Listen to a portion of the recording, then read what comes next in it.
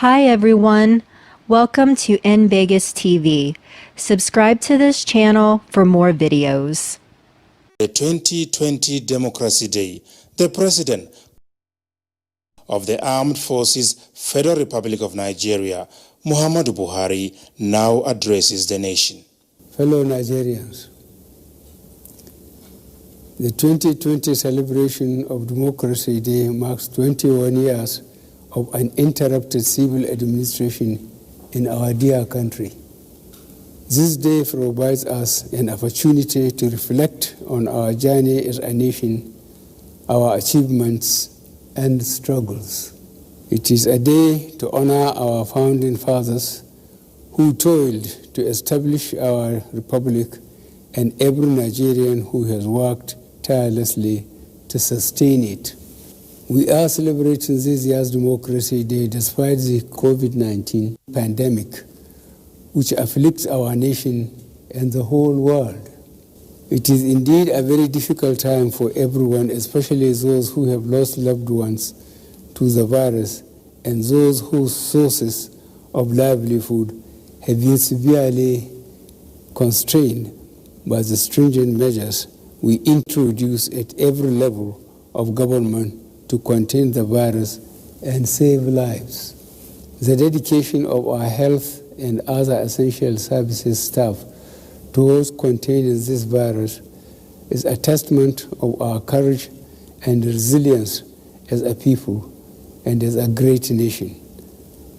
And I use this opportunity to say thank you to all of you for your service to the nation. Sustaining our democracy thus far has been a collective struggle, and I congratulate all Nigerians and particularly leaders of our democratic institutions for their resilience and determination to ensure that Nigeria remains a shining example of democracy.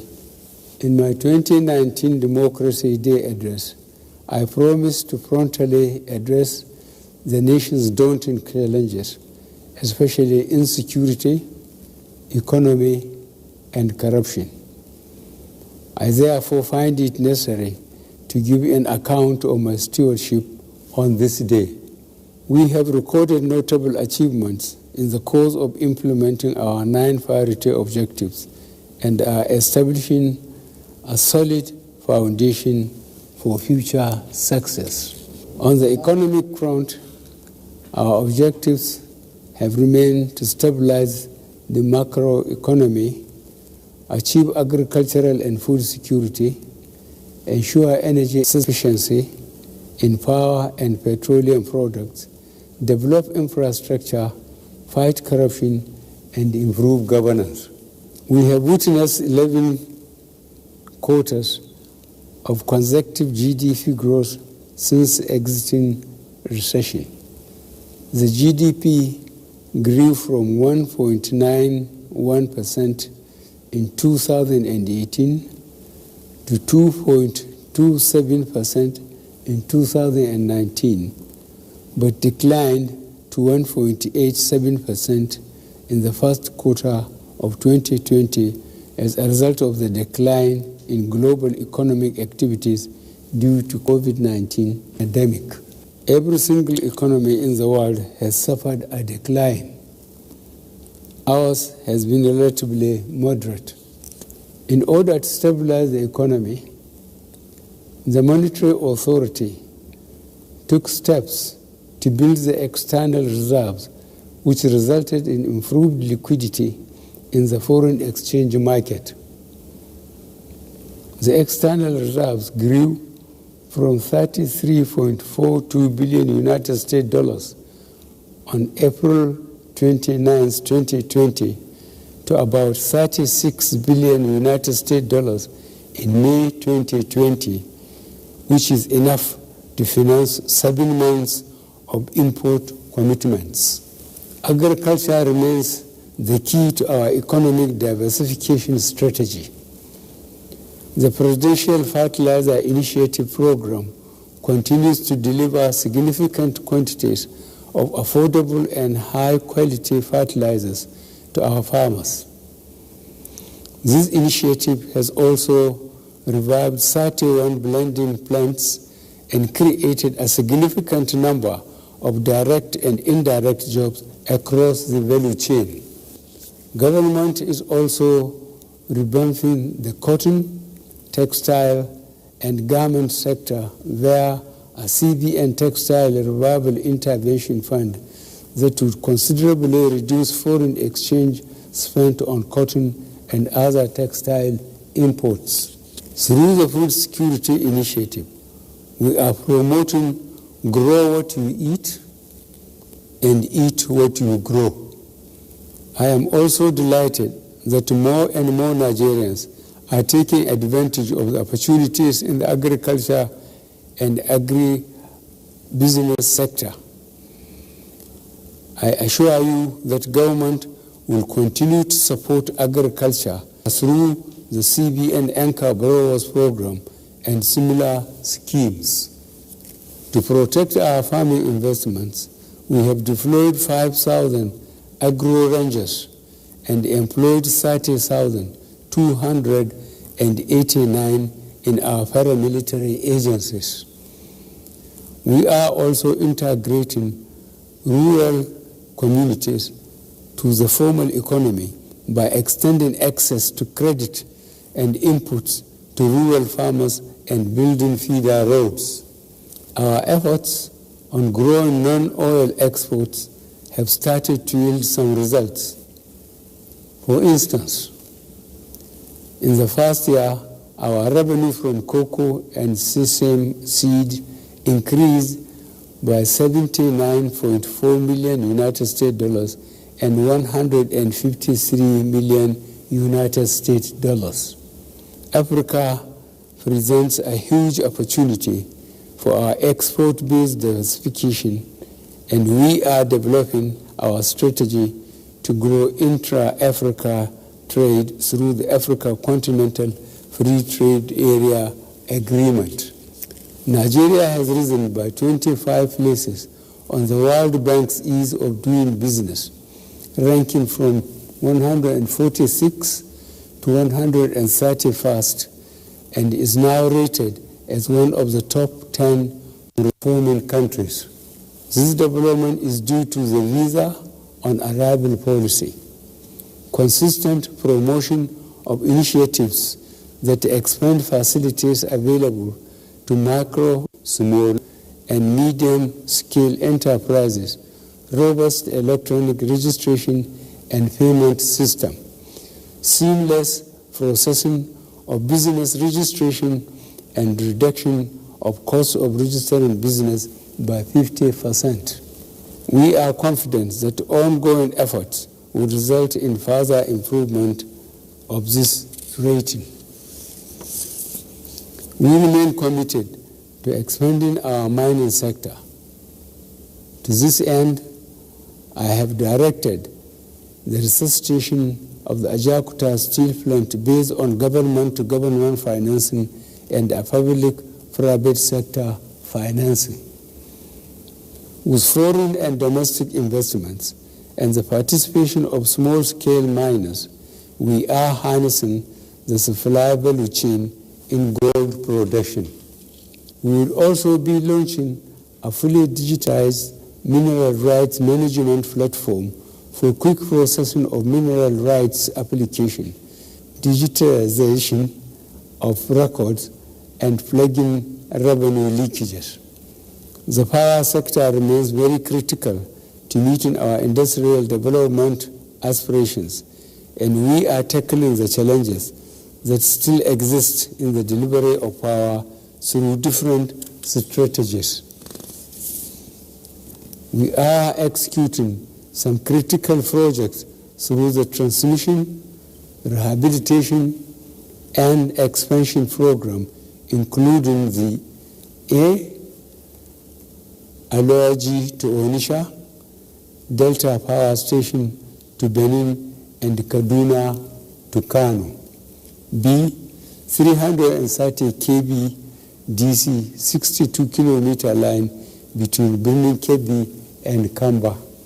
C, Lagos Ogun transmission infrastructure project. D. Abuja Transmission Ring Scheme. And E.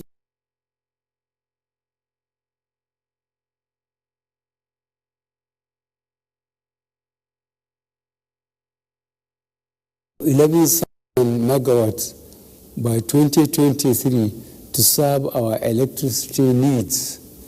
On transportation, another critical sector to improving our economic competitiveness, we are growing the stock and quality of our road, rail, air, and water transport infrastructure. Through the Sukuk funded road projects, a total of 412 kilometers of the targeted 643 kilometers road projects have been completed, representing 64%. The Prudential Infrastructure Development Fund projects are also progressing very well. On the second Niger Bridge, piling work has been completed and the approach roads are being constructed. 48% of work on this bridge has been achieved. We have constructed 102 kilometers of 376 kilometer Abuja-Kaduna-Kano road, representing 38%, and the 42.9 kilometer Obajana-Kabba road is 87.03% complete. Furthermore, the Federal Roads Maintenance Agency has completed routine maintenance on over 4,000 kilometers of federal roads out of the 5,000 kilometers targeted. We are extending and upgrading our railway network too. We are introducing more locomotives, coaches, and wagons for the Abuja-Kaduna rail line.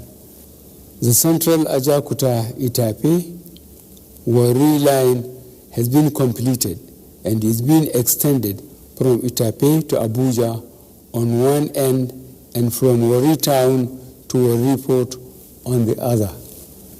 The Lagos-Ibadan rail line is 90% completed and will be extended to the Lagos port, which would help address the long-standing gridlock at the Apapa port. The Kano-Maradi single-track standard gauge railway, Coastal Railway Project, and Port Harcourt-Maiduguri standard gauge railway, with its associated branch lines running through the southeastern and Gombe States Industrial Park and Bonny Deep Seaport, are all ready for concessioning. Government continues to make investments in the aviation sector to position it as a travel and trade hub in West Africa and the wider African continent. Airport terminals in Abuja, Lagos, Kano, and Port Harcourt are being expanded, while the rehabilitation of the Enugu Airport is almost completed. All our airports are being raised to international standards with the provision of necessary equipment, especially navigational aids, to guarantee world-class safety standards. For the first time in over 10 years, Nigeria is conducting bidding process for 57 marginal oil fields to increase revenue and increase the participation of Nigerian companies in oil and exploration and production business. We continue to grow local content in other areas of the oil and the gas sector with the disbursement of funds from the $200 million United States dollars Nigerian Content Intervention Fund to indigenous manufacturers and service providers. With sustained engagement of youth, opinion leaders, and other stakeholders, we have restored peace in the Niger Delta region and maintain our oil production levels. The head office of the Niger Delta Development Commission will be commissioned shortly. The funding of Section 1 to 4 of the East-West Road shall be pursued with a view to completing the project by the end of 2021.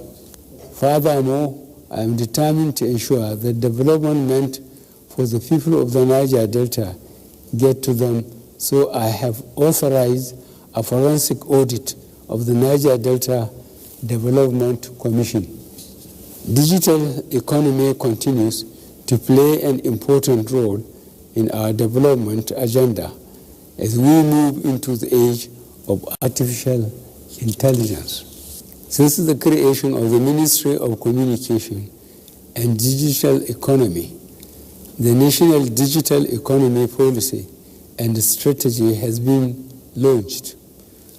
Steps have been taken to achieve a reduction of connectivity cluster gaps from 207 to 114, as well as increase the level of 4G coverage by 30%.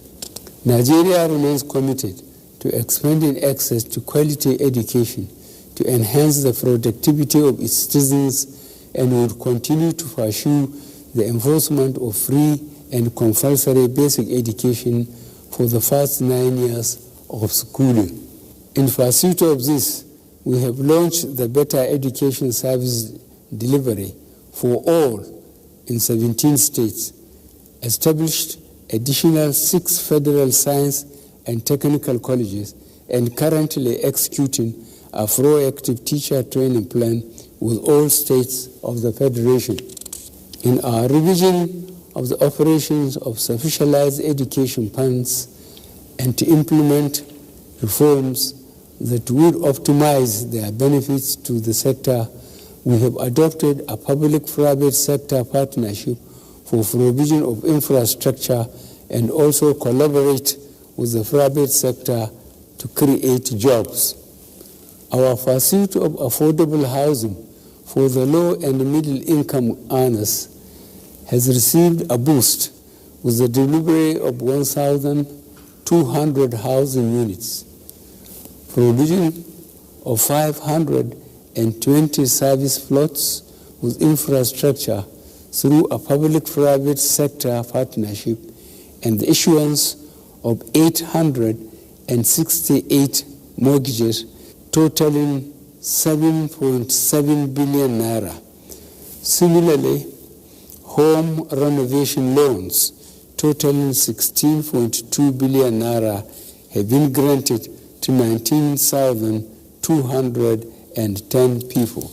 To enable sustainable access to safe and sufficient water to meet the social, cultural, environmental, and economic development needs of all Nigerians, we continue to expand our water supply, irrigation, and dam facilities. The completion of Amozari, Amla, Otupo, and other 42 earth dams with combined job creation of about 43,354 direct jobs and 71,172 indirect jobs would provide more support for irrigation, agriculture, and water supply. To further institutionalize our effort in this regard, I sign the Executive Order 009 on ending open defecation in Nigeria. In order to improve our forest cover and in fulfillment of our commitment at the 74th session of the United Nations General Assembly in 2019, we have commenced the planting of 25 million trees. This initiative will also contribute to our effort to mitigate the effect of climate change. In the area of security, we remain unshaken in our resolve to protect our national infrastructure including onshore and offshore oil installations, secure our territorial waters, and end piracy in the Gulf of Guinea. Ending insurgency, banditry, and other forms of criminality across the nation is being accorded appropriate priorities, and the men and women of the armed forces of Nigeria have considerably downgraded such threats across all geopolitical zones.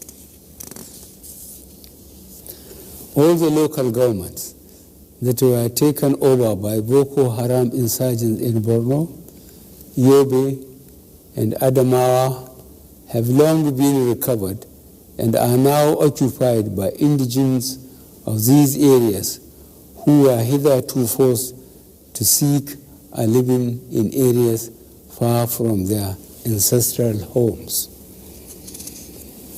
The total collapse of the economies of these areas, which constituted a threat to our food security, has also been reversed with the gradual recovery of farming and other economic activities.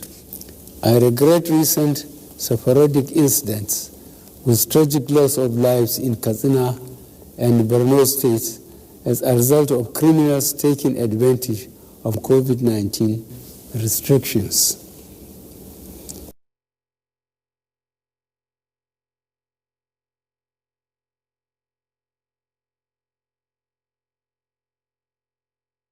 And local governments to revamp their intelligence assets so that the security agencies can nip in the bud any planned attacks in remote rural areas.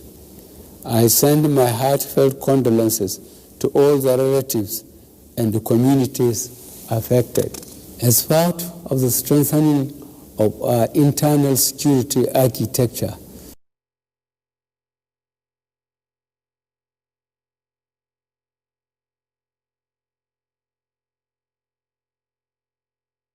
to 19 states of the Federation, resuscitated the National Public Security Communication System and commenced the implementation of the Community Policing Strategy. Government has similarly established a Nigerian Police Trust Fund as a public-private sector vehicle for alternative sources of funding security activities. To reduce security challenges through our external borders, especially smuggling of oil products out of the country, inflow of small arms and drugs into the country, and equally protect our local manufacturers, we introduce exercise swift response, closing our borders from August 20th, 2019, and have considerably succeeded in meeting its objectives as well as improving our national revenue.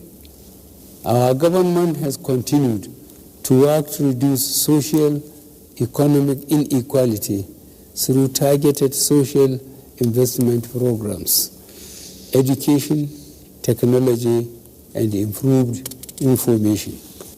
Our social investment program has continued to be a model to other nations and has engaged 549,500 N-Power beneficiaries, 408,682 beneficiaries of the Conditional Cash Transfer Program, and 2,238,334 beneficiaries of the Growth Enhancement and Empowerment Program. This is being done in collaboration with the states. Similarly, market money and trader money programs have provided affordable loans to small and micro-scale enterprises to grow their businesses. Under the National Homegrown School Feeding Program, over 9 million 963,729 children are being fed to keep them in school and improve their nutritional status. Fellow Nigerians, the year 2020 has been like none other. In January 2020, the COVID-19 was declared a global pandemic by the World Health Organization. The number of global infections have risen from less than 8,000 shared between China and 18 other countries to over 7 million spread over 216 countries and on all continents. Nigeria recorded its first case of COVID-19 on February 27, 2020, and within the first 100 days, I have had cause to address the nation on 3 occasions within 1 month, which underscores the gravity of this pandemic. There is no doubt that this pandemic has affected the global economy and all known socio-economic systems. It has also brought grief and pain to families that have lost their loved ones. Like many Nigerians, I feel the grief and pain not only as your president, but also as someone who has lost a close member of my staff and some relatives and friends.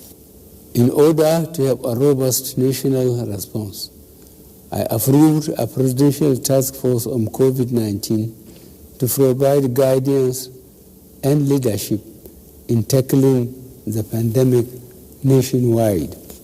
State governments also constituted their own COVID-19 task forces. Complementing this was the establishment of a National Emergency Operations Center responsible for providing technical and professional guidance in the national response. The overall objective of the PTF COVID-19 is to ensure that the pandemic does not overwhelm our health systems while ensuring that we maintain an effective case management system to help in containing the spread of the virus. The impact of the pandemic has disrupted our economic system, and to ensure its functioning while still addressing the spread, the federal government put in place a number of various non-pharmaceutical measures to slow down the spread of the virus, in addition to a progressive reopening of the economy. As part of the strategy to create jobs in reducing the effect of COVID-19 on our youth, I directed the employment of 774,000 Nigerians.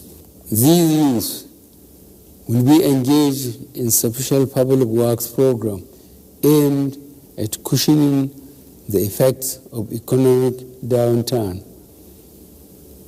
Each of the 774 local government areas in the country will be allotted 1,000 slots.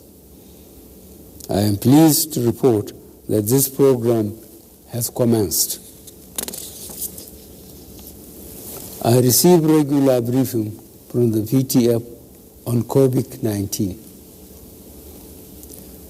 I note that the national response relies on science, data, and experience in taking decisions. This informed my approval for the ease of lockdown phase to ensure a balance between lives and livelihoods. I am confident that the steps being taken by the PTF will result in flattening the COVID-19 curve. I therefore implore all Nigerians to abide by the approved guidelines and protocols. There is hope for us all if we take individual and collective responsibility. Government is determined to turn this COVID-19 challenge into a motivation to action by building a nationwide public health care system that will help us overcome the COVID-19 pandemic and prepare for any future outbreak. Already, we have begun to look inward, and I charge our inventors, researchers, and scientists to come up with solutions to cure COVID-19. Government has continued to implement accountability and transparent policies through the Open Government Partnership and the Transparency Portal on financial transactions. Similarly, we have strengthened auditing and accountability mechanisms so as to ensure that rules and regulations are followed strictly. Anti-corruption agencies have secured more than 1,400 convictions and also recovered funds in excess of 800 billion naira. These monies are being plowed into development and infrastructure projects. The public service of Nigeria remains the bedrock for the formulation and implementation of policies, programs, and projects in the country. This accounts for why it continues to evolve, especially as new socio-economic challenges emerge for government to address. I will continue to give all the necessary support for the ongoing reforms designed to return discipline, integrity, and patriotism as a hallmark of the public service. In the face of dwindling resources and rising costs of governance, I have authorized that the white paper on the rationalization of government parastatals and agencies be reviewed for implementation. Our youth population remains a source of strength in achieving development objectives. In this regard, we would continue to concentrate in developing their skills, providing them with opportunities to express their entrepreneurial, research, and industrial capacities, as well as ample opportunity to take leadership positions in the service of the nation. The commitment of this administration to the well-being of people living with disabilities remains unwavering. Government recognizes their contributions to development. I have directed that all relevant government agencies pay special attention to the peculiarities of persons with disabilities in the formulation and implementation of their policies and programs, and where suitable, their employment. Nigerian women remain a particular treasure to this nation, and for this reason, this administration has continued to give them a place of pride in the affairs of our country. I salute your courage, enterprise, and resilience, as well as your contributions to national development. I wish to assure all our women of this administration's determination to fight gender-based violence through the instrumentality of the law and awareness creation. I am particularly upset at recent incidents of rape, especially of very young girls. The police are pursuing these cases with a view to bringing perpetrators of these heinous crimes to swift justice. Government continue to recognize and harness the power of the media for positive development. The reforms of the broadcast and advertising industries, including digital switch over and continuous engagement through town hall meetings, remain central to accurate and credible information dissemination. Our culture provides the basis for our existence as a people and a nation. In preserving iconic aspects of our national culture, this government has been pursuing the recovery of artifacts removed from Nigeria, promoting heritage sites and festivals, and working towards designating some of our heritage sites as UNESCO World Heritage Centers. Nigeria would always be governed by the rule of law, and I will do my utmost to uphold the Constitution and protect the lives and property of all Nigerians. Government has initiated a number of policies and programs designed to promote the legal rights of Nigerians, facilitate the institutionalization of a responsive legal system, provide support to all constituted bodies in implementing their mandates, and improve our custodial system of justice. The National Assembly has been an important partner in our quest to sustain our democracy and achieve our development objectives. I therefore greatly thank the leadership and members of the Senate and the House of Representatives for their invaluable support at all times. I would also like to convey our deep appreciation to members of the press for your doggedness in the struggle for attainment of democracy since the beginning of our nationhood. I must admit that the relationship between the media and successive governments has not always been perfect, but there is no denying the fact that you have been an effective watchdog for the society, especially in holding public offices to account.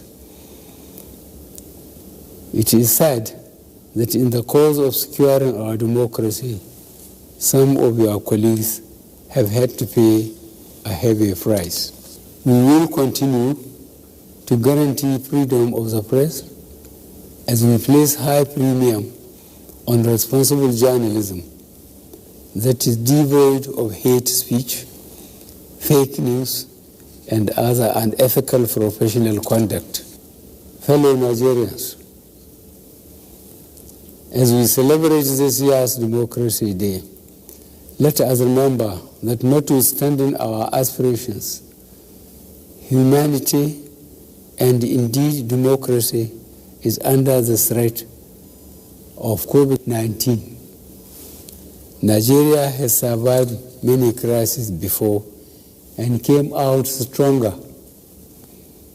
I am confident that by God's grace, we shall overcome this one and emerge stronger and more purposeful. Thank you for listening, and God bless the Federal Republic of Nigeria.